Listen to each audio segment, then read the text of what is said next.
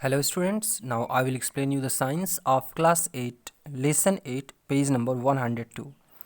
Students अभी तक हमने ये पढ़ा कि हर जीव, चाहे वह प्लांट हो, चाहे एनिमल हो, या बहुत छोटे जीव हों या बहुत बड़े जीव हों, ये सभी सेल्स से मिलकर के बने होते हैं। और सेल्स जो होती हैं सबसे छोटी यूनिट होती हैं बॉडी की। किसी भी जीव के शरीर की सबसे छोटी यूनिट सेल होती है। स्टूडेंट्स, तो इस तरीके से हमने ये पढ़ा कि हर जीव सेल का बना होता है। कुछ जीव सिंगल सेल के बने होते हैं और कुछ जीव एक से ज़्यादा सेल्स के बने होते हैं। अब स्टूडेंट्स, आप ऊपर के फिगर में देखिए, ये अमीबा है, ये सिंगल सेल का बना है। ये पैरामीशियम है, ये भी सिंगल सेल है। यह यीस्ट है। एक यीस्ट सिंगल सेल का है, लेकिन यहाँ पर बहुत सारे यीस्ट हैं, तो ये कई सेल्स हैं। बैक्टीरिया हो गया, तो ये बैक्टीरिया भी सिंगल सेल ही होते हैं, लेकिन ये एक दूसरे के साथ कई बैक्टीरिया मिले हो सकते हैं या सभी बैक्टीरिया अलग अलग होते हैं। तो इस तरीके से ये जो जीव हैं सभी ये सिंगल सेल जीव हैं। स्टूडेंट्स, अब हम पढ़ेंगे, अगली हेडिंग है variation in shape of the cells. अलग अलग सेल्स की शेप में जो सेल्स होती हैं, अलग अलग तरीके की जो सेल्स होती हैं, हम कहें जैसे कि हमारे बॉडी में बहुत सारे ऑर्गन्स हैं, तो हर ऑर्गन की सेल जो होती है वह अलग अलग शेप की होती है। तो इस तरीके से सेल के शेप में वेरिएशन मतलब विभिन्नताएं पाई जाती हैं। सेल अलग अलग शेप के होते हैं। In general different cells have different shape. सामान्य रूप से अलग अलग तरह की सेल्स का आकार अलग अलग होता है।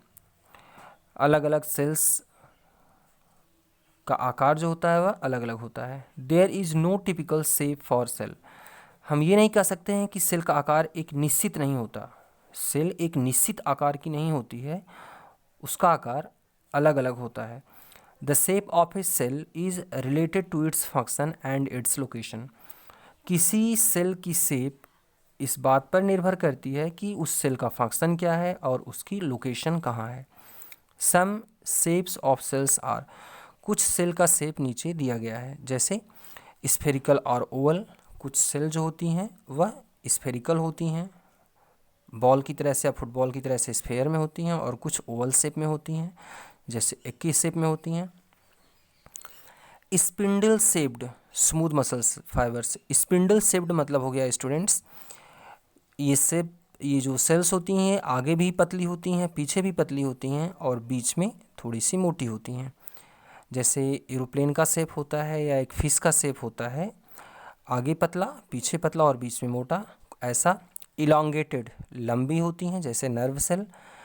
डिस्क्वायडल डिस्क के आकार की होती हैं, तस्तरी के आकार की होती हैं, जैसे हमारी RBC, red blood sales. Branched, कुछ सेल्स में ब्रांचिंग भी होती है, जैसे पिगमेंट सेल ऑफ स्किन। तो इस तरीके से अलग अलग सेल का आकार अलग अलग तरीके से होता है। अगली हेडिंग है students, variation in size of the cell. Cell की साइज में विभिन्नता। इन मल्टी सेलुलर ऑर्गेनिज्म, किसी बहुकोशिकीय जीव में, मल्टी सेलुलर ऑर्गेनिज्म में, cells have different shape and sizes.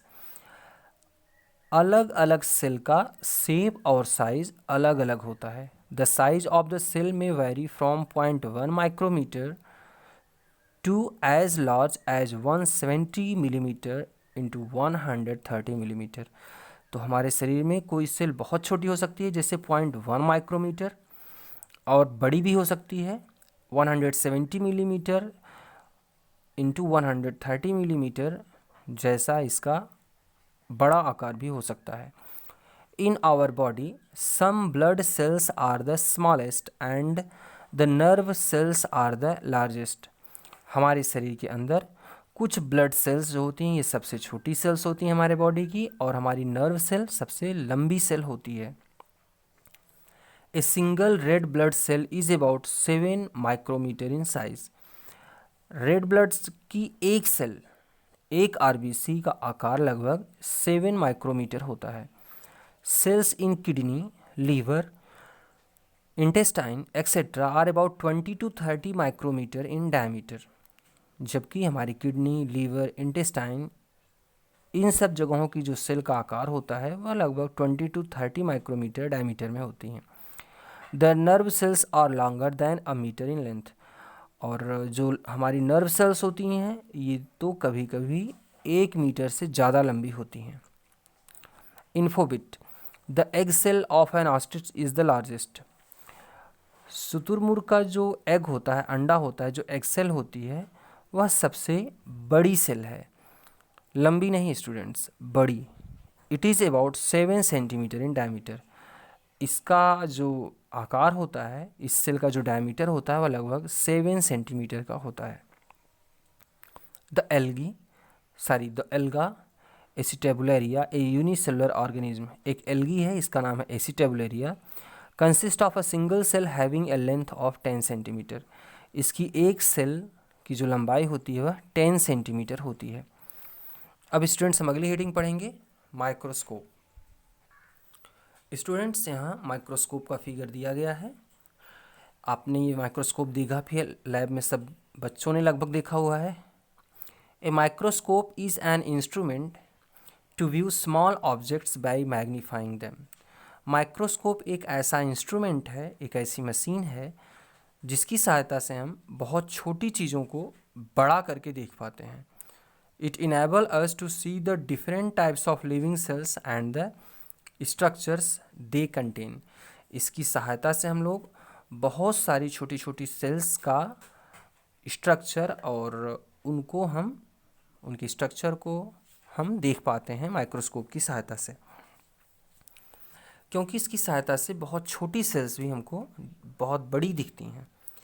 Usually the sample that has to be viewed under a microscope is placed on a rectangular piece of glass called slide.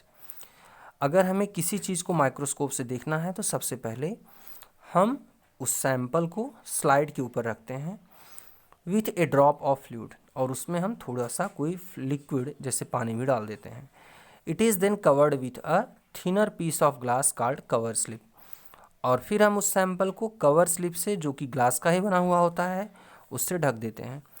The electron microscope is more recent discovery that can magnify objects much more than the normal microscope. आज के समय में electron microscope भी हमारे पास हैं और इससे हम माइक्रोस्कोप से भी ज़्यादा बड़ा देख पाते हैं। जो बहुत ज़्यादा छोटी चीज़ होती है उसको हम लाखों गुना बड़ा करके इलेक्ट्रॉन माइक्रोस्कोप में देख सकते हैं।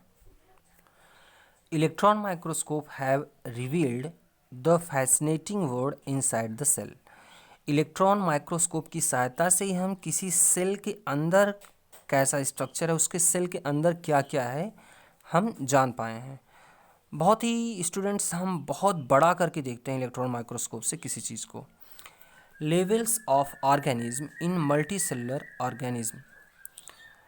स्टूडेंट्स अब हम किसी मल्टी सेलुलर ऑर्गेनिज्म में उसके सेलुलर ऑर्गेनाइजेशन को समझेंगे कि कैसे सेल्स मिल करके एक बड़ा स्ट्रक्चर बनाती हैं।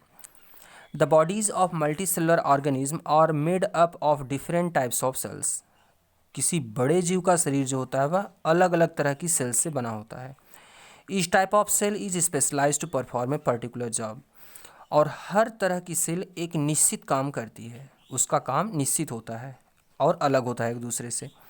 For example muscle cells contract and relax enable to the movement of various parts of the body.